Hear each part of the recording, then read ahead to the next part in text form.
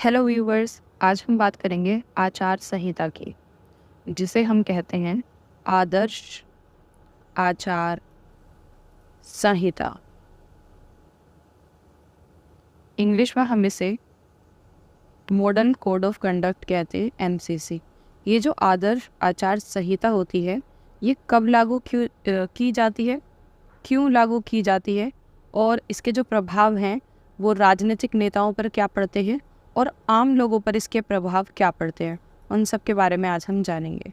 तो ये जब हम आदर्श आचार संहिता के बारे में जानेंगे, उसके लिए हमें निर्वाचन आयोग, हमारे देश का जो निर्वाचन आयोग है, election commission of India ECI, जिसे हम हिंदी में निर्वाचन आयोग कहते हैं, उसके बारे में जानना भी ज़रूरी है, क्योंकि उसी की सारी बात इसमें की जाएगी। तो पहले हम ECI के बारे में जान लेते हैं।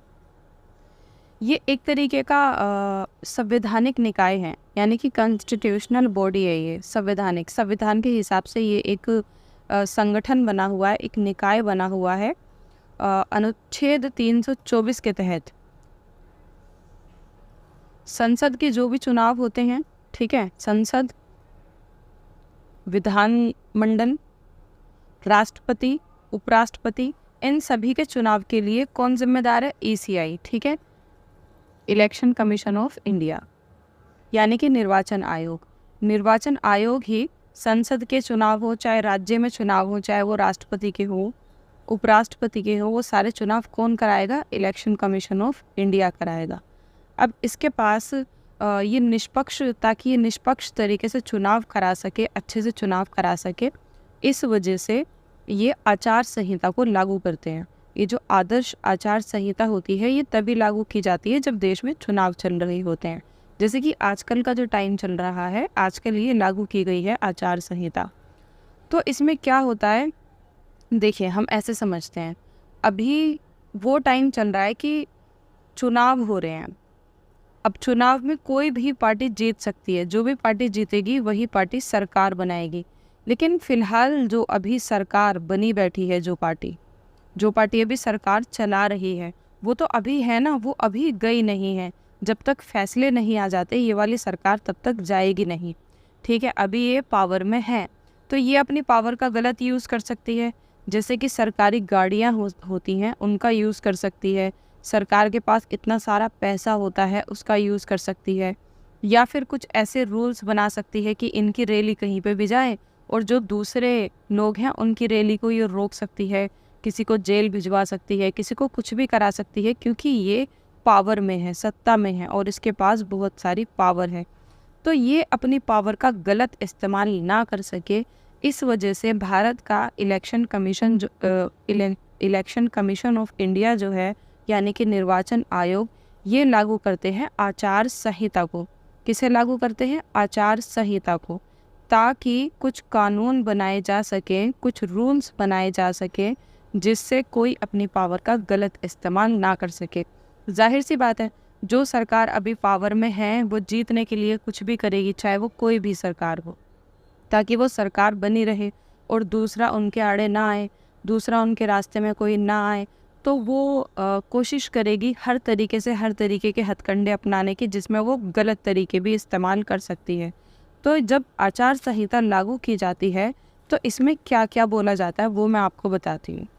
और वैसे इसका आम लोगों पर कोई खास फ़र्क पड़ता नहीं है, इसका जितना भी फ़र्क है वो सब नेताओं पर ही पड़ता है। तो आम लोगों वालों तो आप रहने ही दीजिए, इसका जो फ़र्क है वो जितने भी MP होते हैं, पहले से ही बने हुए हैं, उन पर फ़र्क पड़ता है। और इसका फ़र्क सरकार पर और उसके मंत्रियों पर पड़ता है, क्योंकि उन्हीं के हाथ में सत्ता, पावर होती है और वही उसका इस्तेमाल कर सकते हैं।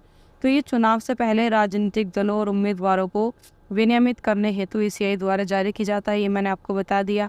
अब ये जो है, चुनाव आयोग को संविधान के अनुच्छेद 324 के तहत जितने भी चीज़ें होती हैं वो सब जारी की जाती हैं।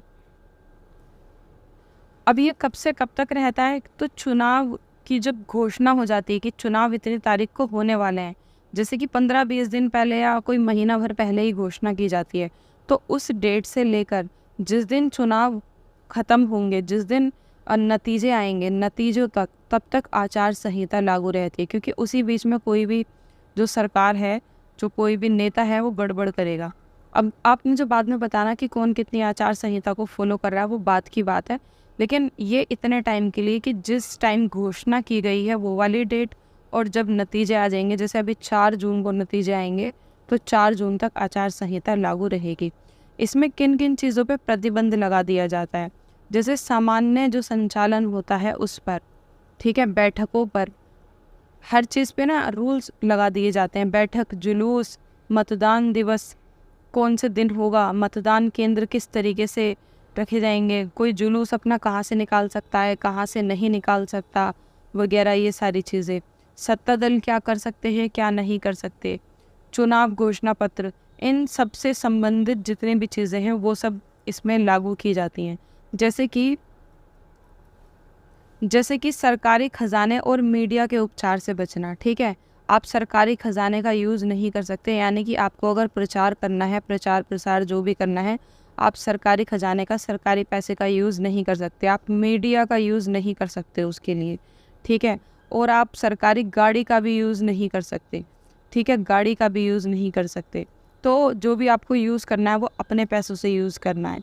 अगर आप किसी आधिकारिक दौरे के लिए जा रहे हैं, जैसे कोई एमपी है या फिर प्रधानमंत्री है, राष्ट्रपति है, किसी आधिकारिक दौरे के लिए जा रहे हैं, यानी कि शासन प्रशासन के काम से जा रहे हैं, और वहीं पे जाके वो अपना चुनाव प्रचार करने लग जाएं, तो वो चीज़ नहीं कर सकते। किसी भी सरकारी मशीनरी का उपयोग भी इसमें नहीं कर सकते, और किसी के धर्म को, किसी की जाति को लेकर चुनाव प्रचार में धर्म का या फिर जाति का यूज़ नहीं कर सकते, इनका यूज़ नहीं कर सकते। किसी धर्म को या किसी जाति को ठेस पहुंचाकर आप चुनाव जीतने की कोशिश नहीं कर सकते। तो सत्तारूढ़ दल जो है, जिसके पास सत्ता है, जो भी केंद्र में है, वो ज़्यादातर ये सारी चीज़ें कर सकता है। इस वजह से ये की जाती है क्योंकि उसके पास ज़्यादा सत्ता होती है। बाकी ये जितने भी चीज़ें हैं, जितने भी नेता उठे हुए हैं नेता बनने के लिए, एमपी बनने के लिए, उन सभी को ये आचार संहिता जो है माननी पड़ती है। अब आप कहेंगे कि कुछ लोगों को ये लगता है कि राष्ट्रपति शासन लागू हो जाता है, आपातकाल लग जाता है, तो ऐसा कुछ नहीं होता है। कोई राष्ट्रपति शासन, आपातकाल वगैरह ऐसा कुछ नहीं होता है। जो इस टाइम सरकार है, ठीक है, जो हमारे प्रधानमंत्री हैं वो प्रधानमंत्री ही रहेंगे, जो मंत्री हैं वो मंत्री ही रहेंगे, जो राष्ट्रपति है वो राष्ट्रपति ही रहेंगे, और उनकी सेम पावर होगी। बस कुछ रूल्स हैं जो उन्हें फॉलो करने पड़ेंगे। जैसे वो किसी धर्म जाति पर नहीं बोल सकते, वो किसी धर्म जाति को खराब नहीं बता सकते या फिर अच्छा नहीं बता सकते कि दूसरे उससे प्रभावित हों। कोई इस तरीके की कोई स्कीम या फिर योजना नहीं ला सकते उस टाइम, कि जैसे कि सबको 10-10 हज़ार रुपये बांट दिए ताकि लोग खुश हो जाएं और वोट दे दें। तो उस टाइम कोई योजना नहीं ला सकते, कोई भी योजना। हाँ, देश हित में योजना ला सकते हैं, लेकिन चुनाव के हिसाब से कोई भी योजना नहीं ला सकते जिसका प्रभाव चुनाव पर पड़े। और जो सत्ता में नहीं है, जो सरकार में नहीं है, वो भी जितने भी नेता हैं उन सब पर भी ये रूल्स फॉलो होते हैं। खैर, सरकारी पैसा, सरकारी गाड़ी और सरकारी मशीनरी उनके हाथ में नहीं होती, तो उसे तो वो फॉलो करेंगे ही नहीं। बाकी उन्हें भी ये बोला गया होता है कि वो धर्म, जाति और बाकी सारी चीज़ों के आधार पर वोट नहीं मांग सकते, या कोई ऐसी चीज़ नहीं बोल सकते जिससे किसी का दिल दुखे या फिर देश की स्वतंत्रता को चोट पहुँचे या फिर देश की अखंडता को चोट पहुँचे। इस तरीके की कोई भी बात नहीं कर सकते चुनाव में। तो ये होती है आचार संहिता। और आचार संहिता का जो आचार संहिता आम लोगों पे किस तरीके से इफ़ेक्ट डालती है, तो आम लोगों पे इसका कोई इफ़ेक्ट नहीं होता। ये सिर्फ नेताओं के लिए ही होती है। बाकी जब हम मतदान करने जाते हैं तो मतदान केंद्र किस तरीके के होंगे, वहाँ पे काम किस तरीके से चलेगा, कहाँ कहाँ पर केंद्र लगाए जाएंगे, ठीक है, तो ये सारी चीज़ें भी आचार संहिता के अंदर ही आती हैं। और ये सारा काम किसका होता है? ये सारा काम होता है इलेक्शन कमीशन ऑफ इंडिया का, जिसका हमारे पास सबके पास मोबाइल में मैसेज आ रहा था बार बार कि वोट डालिए, वही निर्वाचन आयोग। और इसे ये शक्ति मिली हुई है कि आचार संहिता लगा सकता है। अब आप मुझे कमेंट बॉक्स में बताइए कि आचार संहिता का सारे नेता ही कितने अच्छे से पालन कर रहे हैं, और किस किस को अभी तक आचार संहिता के लिए दंड दिया गया है, क्योंकि इसमें दंड का भी ये प्रावधान है कि आचार संहिता को नहीं मानेगा तो उसे दंड दिया जाएगा। तो कितनों को अब तक दंड मिला है और कितनों को जेल भेजा गया है या कितनों को पकड़ा गया है, आप ज़रा कमेंट बॉक्स में बताइए। मिलते हैं नेक्स्ट वीडियो में। और अगर आपको किसी भी टॉपिक पर वीडियो चाहिए तो आप मुझे कमेंट बॉक्स में सजेस्ट कर सकते हैं। मिलते हैं नेक्स्ट वीडियो में। Bye bye.